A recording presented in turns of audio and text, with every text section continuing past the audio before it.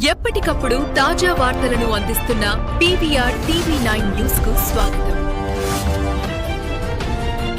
నవీన్ యాదవ్ను ఆశీర్వదించండి. యువకుడు పిల్లగాడు. నేను మళ్ళీ కూడా చెప్తున్నా, గోపి మరణాన్ని రాజకీయ వివాదం మేము చేయదలుచుకోలే.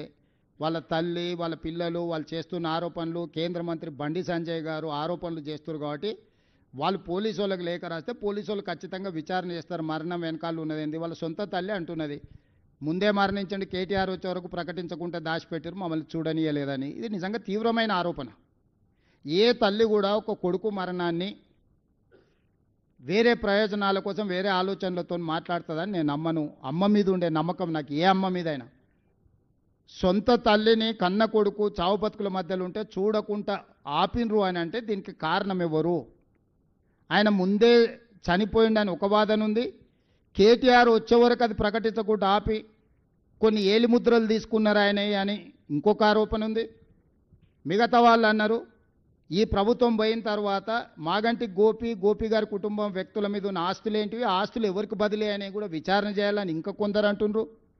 ఇట్లా రకరకాల చర్చ జరుగుతుంది. ఏ చర్చ అయినా బండి సంజయ్ గారు ఫిర్యాదు చేస్తే మాత్రం ఆయన కేంద్ర మంత్రి, పార్లమెంట్ సభ్యుడు, పోలీసులు ఖచ్చితంగా విచారణ చేస్తారని నేను భావిస్తున్నా. చట్టం తన పని తాను చేసుకుపోతుంది. రాజకీయంగా మాగంటి గోపి మరణాన్ని నేను వివాదాస్పదం చేయదలుచుకోలేదు.